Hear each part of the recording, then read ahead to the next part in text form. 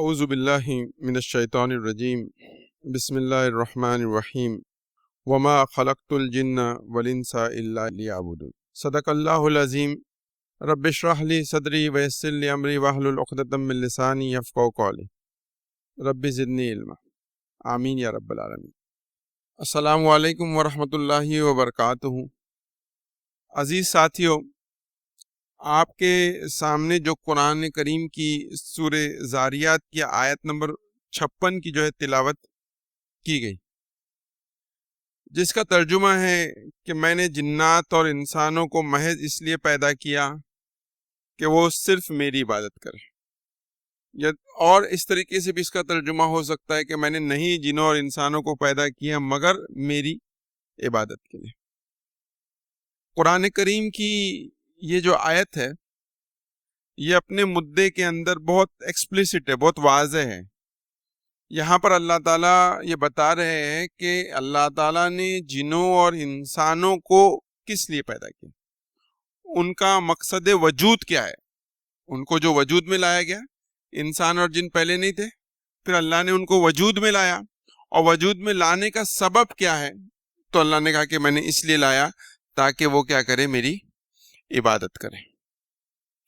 اور یہ آیت اس لیے بھی بہت اہم ہو جاتی ہے، ایک تو حیات انسانی کے حوالے سے اہم ہے، اور دوسرا یہ کہ ہم جس دور میں، جس کو ہم آج کل دور جدید بھی کہتے ہیں، اس نے انسانوں کو الگ الگ مقصد حیات اب دیے۔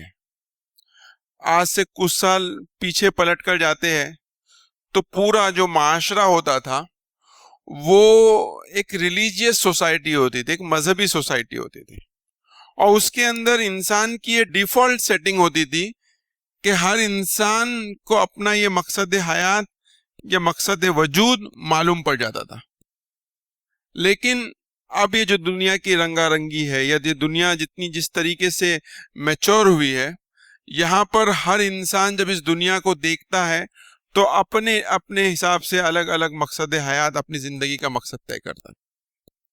تو اب ایسا نہیں کہ ہر انسان اس مقصد کو اپنے آپ سے کیا کر لے گا، پالے گا۔ تو اس لیے بھی یہ آیت کیا اہم ہے۔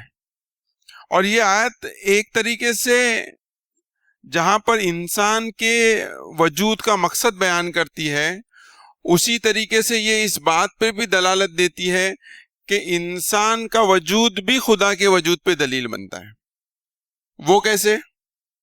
کہ جب انسان اپنے آپ آس پاس ساری تخلیق دیکھتا ہے، اور جب وہ ساری تخلیقات پہ غور کرتا ہے تو وہ دیکھتا ہے کہ ہر تخلیق کسی نہ کسی چیز کو کیا کر رہی ہے، سرو کر رہی ہے۔ مطلب دنیا میں ہر چیز کا کوئی نہ کوئی مقصد ہے، اور اس مقصد کے تحت وہ کام کر رہے ہیں، ہے نا؟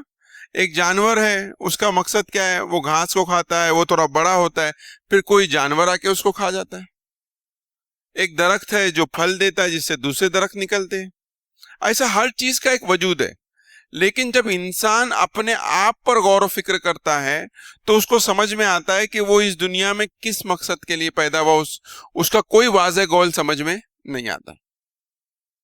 اسی لیے ایک ڈاکیومنٹری بنائی گئی جس میں یہ کہا گیا دنیا میں ساری مخلوقات سکون کے ساتھ، ایکویلیبریم کے ساتھ اچھے سے رہ رہی تھی، پھر اس کے اندر ایک کینسر پیدا ہوا ہے، جو کون ہے؟ انسان ہے۔ جیسا جسم میں اگر کینسر پیدا ہوتا ہے تو کیا کرتا ہے؟ وہ یہاں پر چلا جاتا ہے، وہاں پر چلا جاتا ہے، وہاں پہ جگہ بناتا ہے، وہاں پہ ہڈیوں میں چل کے ہڈیوں کو توڑ دیتا ہے، لنگ میں جا کے لنگ کو خراب کر دیتا ہے۔ تو انسان بھی کیا ہے؟ اس زمین کا کیا ہے؟ کینسر ہے نا؟ انسان کے وجود سے پہلے تمام چرند پرند درخت سب ٹھیک تھے، پھر انسان آئے تو انہوں نے کیا کیا؟ فطرت کو، اس نیچر کو، اس قدرت کو تباہ و برباد کرنا کیا شروع کیا، ہے نا؟ یہ ایئر پولیوشن کون کر رہے ہیں؟ انسان کر رہا ہے۔ جنگلات کو کون کاٹ رہا ہے؟ انسان کاٹ رہا ہے۔ سمندروں کو کون گندا کر رہا ہے؟ انسان کر رہا ہے۔ تو انسان اس زمین کا کیا ہے؟ کینسر۔ جسم کا کینسر ایک چیز ہے، اور زمین کا کینسر کیا؟ انسان ہے۔ انہوں نے اس کے اوپر ایک ڈاکیومنٹری بنائی، لیکن وہ بھی اس بات تک نہیں پہنچ سکی پھر انسان کو ہم بیان کیسے کریں کہ انسان کون ہے نا؟ ایک تو قرآن میں ہے نا کہ انسان کے اعمال بد کی وجہ سے بحر و بر میں فساد برپا ہے، اور یہاں پہ اس آیت کے اندر یہ بات جیسے میں نے کہا کہ ایک مقصد وجود کو بیان کرتی ہے، دوسری چیز یہ ہے کہ یہ خدا کے وجود کو بیان کرتی ہے کہ انسان کا ہونا بھی اس بات کی دلیل ہے کہ وہ کسی ذات کی کیا کرے، اس کی عبادت ہے، اس کی جو ہے تسبیح بیان کرے۔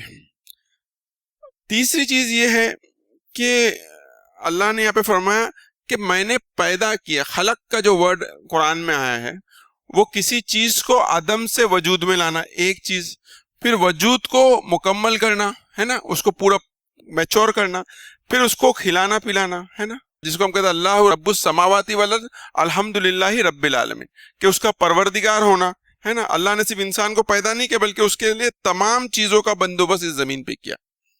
دوسری جگہ اللہ تعالیٰ قرآن میں فرماتے ہیں کہ ہم نے انسان کو کھانے کے لیے کیا دیا، طیب رزق دیا، اچھا رزق دیا۔ اگر اللہ تعالیٰ چاہتے ہے نا، آپ کچھ جانوروں کو دیکھتے وہ کیا کرتے، گندی چیزیں کھاتے، لیکن اللہ نے انسانوں کے لیے کیا کیا، اچھا رزق بنایا ہے نا۔ یہ تمام تر نعمتیں جس کو ہم کنزیوم کرتے ہیں وہ تمام نعمتیں اللہ تعالیٰ نے کس کے لیے پیدا کی، انسان کے لیے پیدا کی۔ تو تخلیق کے اندر عدم سے وجود میں لانا، وجود کو اپنے میچورٹی تک پہنچانا، اس کے لیے تمام لوازمات کو دنیا میں پیدا کرنا، یہ تمام چیزیں اللہ نے کی، لیکن اللہ تعالیٰ نے سب میں نے کس لیے کی، تاکہ تم میری کیا کر سکو، عبادت کر سکو۔ تو یہ مقصد حیات جو اللہ تعالیٰ نے یہاں پر کیا کیا ہے، بیان کیا ہے۔ تیسری چیز اس میں یہ ہے کہ جب ہم کہتے ہیں کہ عبادت کرنا، عبودیہ کسے کہتے ہیں؟ کیا نماز پڑھ لینا ہے نا، کیا روزہ رکھ لینا، یہ سب عبادت کے کیا ہے، مظہر ہے۔ آپ اس کو اس مثال سے سمجھیے کہ بھئی کچھ چیزیں جو ہے عبادت کے ریچولز ہے، رسوم عبادت ہے، لیکن عبودیت کا عربی زبان کے اندر مفہوم کیا ہے؟ مفہوم ہے تذلل اور خضوع، کہ انسان جس کو ہم اردو میں کہیں گے انکساری کو اختیار کرنا اور ذلت کو محسوس کرنا۔ ذلت کو کس کے سامنے محسوس کرنا؟ اللہ تعالیٰ کی ذات کے سامنے اپنی ذلت کو محسوس کرنا۔ مطلب کیا ہوتا ہے اس کا، کہ ایک شخص جو علم کی بنیاد پر، شعور کی بنیاد پر اس نتیجے پہ پہنچے کہ میری ذات کی کوئی حقیقت نہیں ہے نا، مطلب میں کچھ نہیں ہوں، سب کچھ کون ہے؟ اللہ تعالیٰ۔ میری زندگی کی جان ہے نا، میرا رزق، میرا چلنا پھرنا، میرا اٹھنا بیٹھنا، میرا دیکھنا، ہر چیز کی کمان، ہر چیز کس کے ہاتھ میں ہے؟ اللہ تعالیٰ کے۔ اور جب آدمی کو یہ احساس اس کے شعور میں بس جاتا ہے تو اس کے اندر حد درجے کی انکساری اور اپنی تذلل کا، اپنے ذلیل ہونے کا، اپنا کم مائگی کا اس کو احساس اس کے دل میں کیا ہوتا ہے، جاگوزی ہوتا ہے۔ اور جب یہ احساس کسی میں جاگوزی ہو جائے اور شعور میں پختہ ہو جائے تو ہم کہیں گے کہ اس کے اندر کیا ہو گئی، اللہ کا بندہ اور عبد بننے کی طرف کیا چل رہا ہے۔ جب انسان کے اندر یہ احساس پیدا ہوتا ہے تو نتیجہ کیا ہوتا ہے؟ نتیجہ بالکل واضح ہے کہ انسان امیجیٹلی اس بہت طاقتور، بہت عظیم ہے نا، بہت بڑی ذات جو ذات خداوندی ہے اس کے سامنے کیا کر دیتا ہے، جھک جاتا ہے۔ پھر وہ نماز بھی پڑھتا ہے، وہ روزہ بھی دیتا ہے، اپنے مال میں سے زکوٰۃ بھی ادا کرتا ہے، پھر اللہ کے ہر حکم کی وہ اطاعت کرتا ہے۔ لیکن عبادت کا اصل مفہوم، اس کی دو ریالٹی ہے، ایک ظاہر میں ہے اور ایک باطن میں ہے۔ ظاہر کے اندر تو ہم بہت ساری چیزیں کرتے ہیں، لیکن کبھی کبھی ہم کو اپنے اندر جھانک کے دیکھنا چاہیے کہ کیا وہ ہماری کم مائگی کا، وہ ہمارے تذلل کا، وہ انکساری کیا، اللہ کے سامنے ہمارے کچھ نہ ہونے کی کا کتنا شعوری احساس ہمارے اندر رہتا ہے۔ اور جب تک کہ یہ شعوری احساس پیدا نہ ہو تو اس کا مطلب ہم بندگی کی حقیقت کو پا نہیں سکے۔ جہاں پر ایک طرف اپنی حقیقت ہے اور دوسری طرف اللہ تعالیٰ کی ذات مبارک ہے، وہ بہت بڑا۔ جب ہم کہتے ہیں اللہ اکبر تو اس کو سمجھنے کا جو طریقہ قرآن نے بیان کیا، وہ کیا بیان کیا کہ وہ زمین و آسمان کے اوپر غور و فکر کرتے ہیں اور وہ کہتے ہیں کہ کیا کہتے ہیں کہ اللہ تو نے اس سے بلا وجہ نہیں بنایا۔ اگر اللہ تعالیٰ کی عظمت، اللہ کے عظیم ہونا، اللہ کا اکبر ہونا، بڑا ہونا، اس کو سمجھنا ہے تو ہم کس سے سمجھ سکتے کہ ہم اللہ کی تخلیق پر کیا کریں، غور کریں۔ آج یہ کائنات جو ہمارے آنکھوں کے سامنے ہے، ہم سے پہلے والے انسانوں نے ایسی کائنات نہیں دیکھی تھی۔ آج ہم گوگل کر کے دیکھیں کہ کائنات کتنی بڑی ہے، کائنات اتنی بڑی ہے کہ جس کا کوئی سرا انسان دیکھ نہیں سکتا. انسان اتنی ہی کائنات دیکھ پاتا ہے جتنی اس کی دور سے دور دیکھنے والی دوربین اس کو دکھا دیتی ہے. اور جب وہ دوربین دکھاتی ہے تو بتاتی ہے کہ اس کائنات کے اندر ایک چھوٹی سی زمین ہے, اس کا ایک سن ہے, ویسے سن اس ملکی وے گیلیکسی کے اندر بلینز ہے, اور ایسی بلینز آف گیلیکسی ہے. انسان کی سوچ, اور اللہ تعالیٰ ان تمام گیلیکسیز کو کیا کرنے والا ہے, بنانے والا بھی ہے اور چلانے والا بھی ہے. کبھی اس احساس کو ہمارے سب سے نزدیک کی چیز جو ہم دیکھ سکتے ہیں وہ پہاڑ کو دیکھ سکتے ہیں, ہے نا.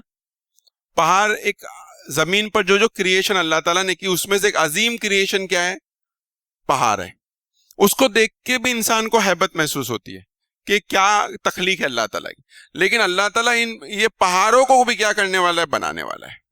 تو عبادت کا انٹرنلائز مفہوم, اندر سے باطن سے آنے والا مفہوم یہ ہے کہ انسان کے اندر وہ شعوری احساس پیدا ہو کہ میں کچھ نہیں ہوں, اور میرا جو رب ہے, میرا جو خالق ہے, میرا جو مالک ہے, میرا جو بنانے والا ہے, وہ سب کچھ ہے. اور میں کسی بھی چیز سے, جس کے ساتھ بھی دنیا میں ڈیل کرتا ہوں, جس چیز کو حاصل کرتا ہوں, وہ سب کو دینے والی کوئی میری عقل کوئی چیز نہیں ہے, میری محنت کوئی چیز نہیں ہے. اصل چیز کیا ہے, میرے رب کا کیا ہے, کرم اور رحمت ہے. جب یہ احساس انسان کے اندر جاگوزی ہوتا ہے تو یہ, اس کو ہم کیا کہتے ہیں, جذبہ شکر ہے نا. اور یہی چیز انسان کو عبادت میں. اب اللہ تعالیٰ اس آیت میں اس چیز کو کہتے بھی ہے کہ ہم نے تمہاری جو تخلیق کی, ایسا نہیں کہ اللہ جب آپ کو حکم دے رہے تو کہہ رہے کہ زبردستی میری عبادت کرو, نہیں, ایسا نہیں. وہ ہم نے اس سے پہلے بھی جو فطرت کا بیان کیا تھا, فطرت اللہ فطر الناس علیہ, کہ اللہ نے انسان کو جو فطرت میں پیدا کیا, مطلب اس کے اندر سے ایک انٹرنلائز فیلنگ ڈالی. آپ کے اوپر کوئی آدمی چھوٹا سا احسان کر دے تو امیجیٹلی آپ کے اوپر اس کے تعلق سے کیا ہوتا ہے, جذبہ شکر پیدا ہوتا ہے, آپ اس کا احسان مانتے ہے نا. لیکن اسی طریقے کا جذبہ شکر, اسی طریقے کا احسان مندی کے جذبات انسان کے اندر اللہ نے خدا کے تحت بھی رکھے, اپنی ذات کے تحت بھی رکھے, لیکن ہم اس کو شعوری طور پر ہم اس کو پا نہیں پاتے. تو دوسری جو ہماری خلقت کی ایک انٹرنل ریالٹی یہ ہے کہ جب ہم شعور کی سطح پر خدا کو پاتے ہیں, شعور کی سطح پر اللہ کو سمجھ جاتے ہیں, تو ہمارے اندر آٹومیٹیکلی جذبہ عبادت کیا ہوتا ہے, آتا ہے. کہاں سے آتا ہے, جذبہ شکر سے آتا ہے نا. اور جس کے اندر جذبہ شکر نہیں ہے تو پھر وہ انسان ہی نہیں ہے, وہ جانور ہے. جانوروں کے اندر بھی کیا ہوتا ہے, اگر کسی آپ بہت سارے ویڈیوز دیکھو گے یوٹیوب پہ جہاں پر کسی نے کسی جانور پہ احسان کیا ہے تو اس کے آنکھوں سے وہ جذبہ شکر و احسان کیا ہے, ٹپکتا ہوا نظر آتا ہے. تو انسان کی جو حقیقت ہے, انسان کی جو زندگی کا مقصد اللہ تعالیٰ نے یہاں پہ بیان کیا ہے, وہ کیا ہے کہ اس کو کیا کرنی ہے, عبادت کرنی ہے. اور وہ عبادت کے لیے اس کی ایک انٹرنل حقیقت کیا ہے, کب وہ عبادت کرے گا, جب وہ حقیقت کو پالے گا. اب جو لوگ حقیقت کو نہیں پاتے ان کا کیا نتیجہ ہوتا ہے, وہ غفلت میں پڑے ہوئے ہوتے ہیں. ان کو اس بات کا کوئی اندازہ نہیں کہ اس زمین کو, آسمان کو, میری ذات کو بنانے والا کون ہے, اس کی میری ذات کے اوپر کیا حق ہے, اس کا شکر میں کس طریقے سے ادا کر سکوں. آپ دیکھیے انسانی تاریخ, اس کو اینتھروپولوجی کہتے ہیں. اینتھروپولوجی کے اندر نوع انسانی کی تاریخ کے اندر کوئی وقت, کوئی تہذیب, جنگل سے جنگل میں رہنے والا بھی انسان ہے, ان کے اندر کچھ تو مراسم عبودیت پائے جاتے ہیں. مراسم عبودیت مطلب وہ کہیں تو پھول چرا رہے, وہ کچھ بلی چرا رہے, کچھ تو کر رہے ہو. ان کو تو کوئی ریلیجن سکھانے کے لیے نہیں گیا. بہت سارے لوگ کہتے ہیں ارے یہ ریلیجن تو انسانوں کی بنائی ہوئی چیز ہے. نہیں, یہ انسانوں کی بنائی ہوئی چیز نہیں. ہر انسان کے اندر انٹرنلی یہ جذبہ شکر ہے, اور اس کو کہیں نہ کہیں جن تک یہ ریلیجن نہیں پہنچا وہ لوگ اپنے اپنے طریقے سے جذبہ شکر کو کیا کرنا چاہتے ہیں, تکمیل دینا چاہتے ہیں, اس کو ادا کرنا چاہتے ہیں. تو یہاں پر تیسری جو یہ آیت کے اندر بات سمجھ میں, پہلی چیز تو ہم نے کہ انسان کی زندگی کا مقصد اور گول کیا ہے. دوسرا یہ کہ انسان کی تخلیق پر جب انسان غور کرتا ہے تو اس نتیجے پہنچتا ہے کہ اس ذات کو بنانے والی بھی کوئی ذات ہے. اس کے علاوہ یہ آیت ہم کو ایک بہت امپورٹنٹ چیز بتاتی ہے کہ وہ ہماری آئیڈینٹی کیا ہے. دیکھیے آج ہم آئیڈینٹی پالیٹکس سنتے ہیں, ہے نا. آئیڈینٹی کہتے ہیں کہ اپنی پہچان. آج انسانوں کی ایک پہچان ہے, اور جس کو ہم سب, آپ میں سے جتنے بھی لوگ ان سے کہوں گا کہ آپ سٹیزن آف انڈیا ہے, تو یہ آپ کی کیا ہے؟ ایک پہچان ہے نا. ہر آدمی اپنے آپ کو آئیڈینٹیفائی کر رہا ہے. کوئی کہتا ہے کہ بھائی میں مہاراشٹرین ہوں, کوئی کہتا ہے کہ میں کرناٹکا کا ہوں, میں ملو ہوں. جو بھی اس کی آئیڈینٹی, الگ الگ آئیڈینٹی انسان کی رہتی ہے, الگ الگ زبان کے حساب سے آئیڈینٹی رہتی ہے. لیکن یہ آیت یہ بتاتی ہے کہ انسانوں کی جو یونیورسل آئیڈینٹی ہے وہ عبد ہے, بندہ ہونا, عبداللہ ہونا, اللہ کا بندہ ہونا. یہ بات کو جاننا کیوں ضروری ہے کہ ہماری آئیڈینٹی کیا ہے؟ کیونکہ انسان کا جو بیہیویئر ہوتا ہے, انسان کا جو رویہ ہوتا ہے, وہ ٹوٹلی ڈیپینڈنٹ ہوتا ہے کہ وہ اپنے آپ کو کس طریقے سے دیکھتا ہے. جب ہم اپنی طرف نظر ڈالتے ہیں تو ہم اپنے آپ کو کس طریقے سے دیکھتے ہیں, اور یہ آپ کے رویے کو کیا کر دیتا ہے؟ تبدیل کر دیتا ہے. جب تک کہ ہمارا اپنی طرف دیکھنے کا رویہ صحیح, دیکھنے کا نظریہ صحیح نہیں ہوگا, تب تک کہ ہمارے بیہیویئر میں کوئی چینج نہیں آئے گا. اگر جیسے ہم کہتے ہیں کہ آپ جو ہے بھارت کے شہری ہے, تو آپ کے ذہن میں کیا بات آتی ہے؟ کہ ہم کو ووٹ ڈالنے کا حق حاصل ہے نا.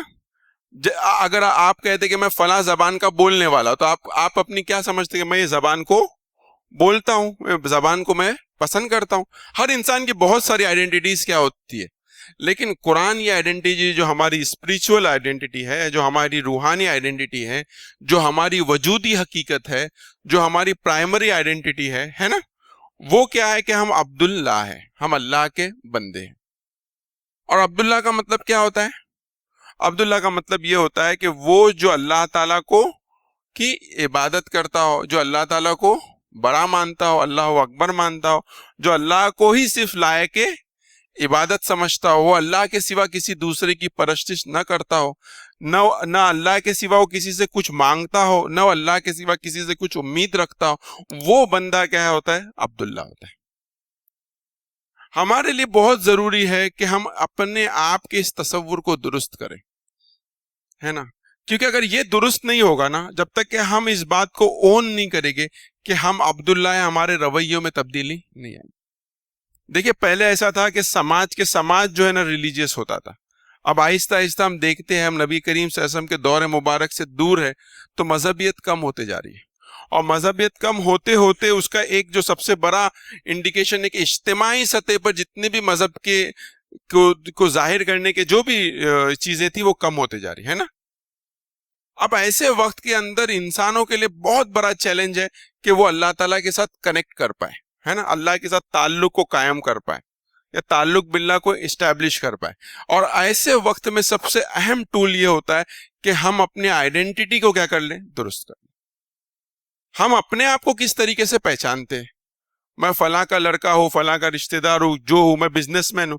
آج کل آئیڈینٹی کا سب سے میجر چنک کیا ہے؟ سب سے میجر چنک یہ کہ آپ کیا کرتے ہو, ہے نا. آپ کسی سے ملتے ہو تو آپ ملتے ہو, اچھا فلاں نام, آپ دوسرا سوال اس سے کیا پوچھتے ہو؟ آپ کیا کرتے ہو. یہ آپ کی آئیڈینٹی کو بیان کرتی. اور یہ ہمارے معاشرے کا بھی حال ہوا ہے. حالانکہ یہ جو طریقہ ہے کہ انسانوں کو کیٹیگرائز کرنا اس بنیاد پہ کہ وہ کیا کام کرتے ہیں, ہے نا, یا اس بنیاد پہ کہ وہ کتنا کماتے ہیں, یا اس بنیاد پہ کہ وہ کیا کیا دنیا میں اون کرتے ہیں, یہ ہماری ایمانی تناظر کا معاشرے کے اندر یہ چیز نہیں ہونی چاہیے. ہمارا معاشرہ تو وہ ہے کہ جس میں سارے انسان کیا ہے؟ برابر ہے, اور سارے انسان عبداللہ ہے, اللہ کے بندے. لیکن ہمارا بھی, چونکہ ہم ایک الگ دنیا میں رہ رہے, ہمارا بھی طور طریقے اس طریقے. لیکن یہاں پر آئیڈینٹی کی بات اس لیے بار بار آپ کی طرف توجہ دلائی جا رہی ہے, وہ یہ ہے کہ اگر ہم اپنے بچوں کی تربیت کرنا چاہتے ہیں نا, تو بچے پوچھتے ہیں کہ بھائی ہم یہ کام کیوں کریں, کس لیے کریں. تو ان کو یہ بات ذہن نشین کرانا کہ ہم کون ہیں؟ اللہ کے بندے ہیں. اور بندے کا مطلب کیا ہوتا ہے؟ بندہ فارسی زبان کا ورڈ ہے, لفظ ہے, اور عربی زبان میں ورڈ عبد ہے, اور اردو زبان میں اس کے قریب تر لفظ کیا ہے؟ غلام ہے. غلام اور نوکر میں بھی کیا ہے؟ فرق ہے. نوکر کسی کام کے لیے ہائر کیا جاتا ہے, اور غلام کون ہوتا ہے؟ جس کی زندگی, جس کا وجود, جس کا جان, جس کا ہر وقت کیا ہوتا ہے؟ اس کے مالک کے ہاتھ میں ہوتا ہے. وہ کبھی مالک سے یہ نہیں کہہ سکتا تم نے یہ کام کرنے کی ہوگا. نوکر یہ کہہ سکتا تھا کہ بھائی میں کو اس کام کے لیے یہ کام میں نہیں کروں گا. لیکن غلام کون ہوتا ہے؟ جو اپنے مالک کے ہر حکم کو ہر وقت کرنے کے لیے ہم وقت تیار رہتے ہیں. اور یہ آئیڈینٹی کو ہم کو اپنے اندر بھی لانا ہے، اپنے اندر بھی شعوری طور پہ پیدا کرنا ہے، اور دوسرا یہ کہ اپنے اولاد کے اندر بھی اس کو پیدا کرنا ہے کہ بھائی ہماری حقیقت کیا ہے۔ اور اگر ہم یہ نہیں کریں گے تو نتیجہ کیا ہے؟ نتیجہ دیکھیں کہ جب ہم اس بات کو، اپنے عبداللہ ہونے کو، اپنی زندگی کا پرائم مقصد یہ کہ ہم اللہ کی عبادت کریں، اس کو نہیں مانیں گے، نتیجہ کیا ہوتا ہے کہ پھر وہی زندگی ہے جو طاغوت والی زندگی ہے نا۔ قرآن دوسرے کہتا ہے عبد الشیطان، کہ انسان جب اللہ کا بندہ نہیں تو کس کا بندہ بن جاتا ہے؟ یا تو نفس کا بندہ بنتا ہے نا۔ نبی کے حدیث میں آتا ہے کہ کچھ بندے کس کے بندے ہوتے؟ دینار کے بندے ہوتے، پیسے اور مال و دولت کے بندے اور غلام ہوتے۔ پیسہ ان کو ڈکٹیٹ کرتا ہے کہ ان کو کیا کرنا ہے، کیا نہیں کرنا ہے۔ کچھ لوگ رہتا ہے جو اپنے نفس کے بندے اور غلام ہوتے، جو چیز ان کو نفس ان کی دعوت دیتا ہے اس کے اوپر وہ لبیک کہتے ہیں، اور کچھ لوگ جو ہے شیطان کے بندے بن جاتے ہیں۔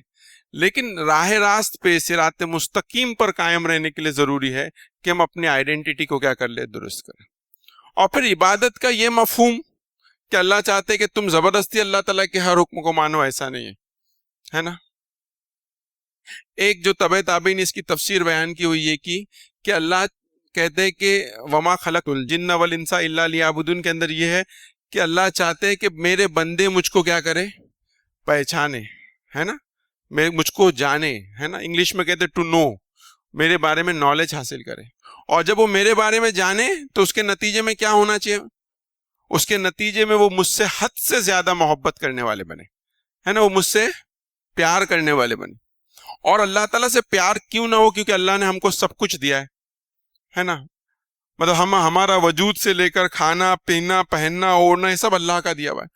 اور تو عبادت کے اندر پہلی چیز تو اللہ کو جاننا ہے، دوسری چیز اللہ سے حد درجے محبت کرنا ہے، اور تیسری چیز یہ ہے کہ جب ہم کسی سے محبت کرتے ہیں تو یہ ممکن نہیں ہوتا کہ اس کے کسی حکم کی ہم کیا کریں؟ خلاف ورزی کریں۔ اگر یہ اسٹیپ میں چیزیں رہیں گی تو نتیجہ یہ ہوگا کہ ہم کو عبادت میں ہمارا دل لگے گا، ہے نا، ہم کو اللہ کا یاد کرنے میں، ذکر کرنے میں، اذکار کرنے میں ہم کو جو ہے رغبت محسوس ہوگی۔ اس قرآن کو پڑھنے میں جو اللہ تعالیٰ کا کلام ہے نا، اگر آپ کسی سے محبت کرتے ہیں، ہے نا، تو اس کے وہ کیا کہنا چاہتا ہے ہم جاننا چاہتے ہیں اس کو، تو اس کے کلام کو پڑھنے میں، قرآن کو پڑھنے میں، قرآن کو سمجھنے میں، قرآن کو برتنے میں، قرآن کو لوگوں تک پہنچانے میں ہم کو کیا ہوگی؟ ایک رغبت اور ایک اس کی طرف اٹریکشن ہمارے اندر پیدا ہوگا۔ اور تیسری چیز ہے ٹو سو، جب ہم پہلا کیا ہے؟ ٹو نو، ہم جانے خدا کو، دوسرا ہے کہ ہم اس سے محبت کریں، اور تیسرا ہے ٹو سو کہ ہم اس کے لیے کیا کریں؟ کام کریں۔ اب کام تمام چیزیں آ جاتی اس میں، تمام عبادتیں، ہے نا۔ اسلام میں عبادت کا مطلب یہ نہیں کہ آپ کچھ چیز جس کو ہم دوسری زبانوں میں ریچولز کہتے ہیں، مراسم عبودیت، ہی عبادت نہیں ہے۔ انسان کا ہر وہ کام جو وہ اللہ کے لیے کرتا ہے وہ عبادت میں شامل ہے نا۔ بہت ساری حدیث ہے، بہت بار یہاں پہ خطبات میں کہا گیا کہ بیوی کو جو ایک لقمہ کھلانا بھی کیا ہے؟ عبادت ہے نا۔ کسی اپنے گھر والوں کو کھلانا پلانا بھی کیا ہے؟ عبادت میں شامل ہے۔ کیوں؟ حالانکہ آپ کھلا پلا رہے مطلب کیا کر رہے ہیں؟ ان کو سرو کر رہے ہیں نا، ان کو سروس دے رہے ہیں۔ تو جہاں پر عبادت کے اندر ہمارے زندگی کا کوئی شعبہ بھی ایسا نہیں ہوتا جو عبادت سے باہر نکلتا ہے، لیکن اس کے لیے ضرورت کس چیز کی ہوتی ہے؟ کہ ہماری نیت یہ ہے کہ ہم یہ کام اللہ کے لیے کر رہے ہیں۔ جب ہم اس کام کو اللہ کے لیے کرتے ہیں تو نتیجہ کیا ہوتا ہے؟ وہ کام نہیں رہتا، وہ کیا بن جاتا ہے؟ عبادت بن جاتا ہے۔ اور پھر جب ہم کوئی چیز اللہ کے لیے کرنا چاہتے ہیں تو پھر یہ بھی جاننا پڑے گا کہ اس کام کو کرنے کا اللہ نے کیسے حکم دیا ہے نا، اور کیسے اس کام کو نہیں کرنا ہے۔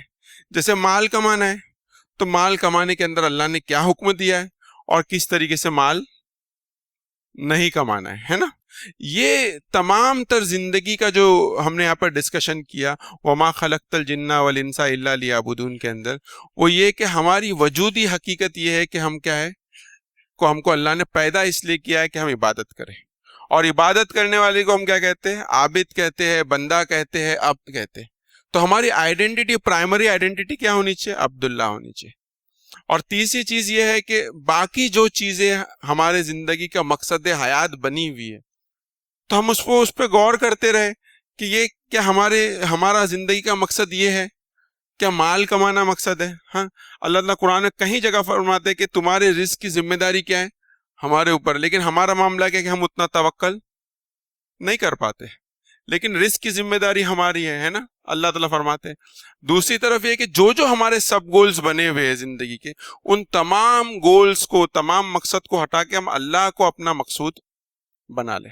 اور اللہ کو مقصود بنانے کا مطلب کیا ہوتا ہے کہ ہماری زندگی کا ہر لمحہ ہمیں کوشش کرے کہ وہ عبادت میں کنورٹ ہو جائے۔ ہم جو کچھ بھی کام کر رہے ہیں، چھوٹے سے چھوٹا بھی اگر کام کر رہے ہو، دیکھیے ایک بات کر کے میں اپنی بات ختم کروں گا کہ جتنے بھی دنیا کے اندر تخلیقی کام ہوئے ہیں، ہے نا، جس کو کریٹو ورک بولتے ہیں، اور وہ ان کریٹو ورک کے اندر آپ دیکھو گے کہ مسلم کاریگروں نے، مسلم پیشاوروں نے اس کو ایک الگ ہائٹس پہ لے جائے۔ جیسے آپ ایک سمپل سا ایگزامپل لے لو گالیچے کا۔ گالیچے بہت سالوں سے بنتے تھے، لیکن جب مسلمانوں نے اس کام کو لیا ہے تو اس کو خوبصورتی کو اور اس کو ایک الگ سطح کے اوپر کیا کیا ہے، پہنچایا ہے۔ یہ کیسے پہنچا ہے؟ اس کا ریزن کیا ہے؟ اس کا ریزن یہ ہے کہ جو مسلمان اپنے رزق کے حلال کے لیے جو کام کر رہا تھا، اس نے چاہا کہ اس کام کو بطور عبادت بہترین طریقے سے کیا کروں، انجام دو۔ اور جب اس نے اس بات کو سمجھ لیا تو جو مسلم پارچا بافی کہتے ہیں اس کو بنانے والے کو، اس نے اس کو جس معیار پر لے کے گیا وہ الگ ہی معیار ہے۔ حالانکہ سب جگہ بنتے تھے قالین، لیکن آپ دیکھیے کہ کشمیر کے اندر دیکھیے، ایران کے اندر دیکھیے، جب صوفیوں نے اس بات کی تعلیم دی کہ بھئی حلال رزق کمانا ہے، حلال رزق کے اندر یہ چیز بھی شامل ہے کہ ہم چیز کو بہترین انداز میں کریں۔ اگر ہم کوئی تخلیقی کام کر رہے ہیں یا کوئی خوبصورت چیز بنا رہے تو اس کو بہت خوبصورت بنائیں، اور یہ کام بھی کیا ہو گیا، عبادت کے درجے میں آ گیا۔ تو یہ تمام ہمارے جو زندگی کے تمام شعبے ہیں، یا صبح اٹھنے سے لے کر سونے تک تمام کام ہماری عبادت بن سکتے ہیں۔ غرض یہ ہے کہ ہم اس کے اندر اپنے شعور کو بیدار کریں کہ ہم یہ کس لیے کر رہے ہیں، ہے نا، اس کے پیچھے ہمارا مقصد کیا ہے نا، اور اس سے ہم کس کو خوش کرنا چاہتے ہیں، اور تمام چیزوں کا محور اور مرکز اللہ تعالیٰ کو بنائیں، تو بہت ممکن ہے کہ ہم دنیا میں بھی کامیاب ہوگے اور آخرت میں بھی کامیاب۔ وآخر دعوانا الحمدللہ رب العالمین۔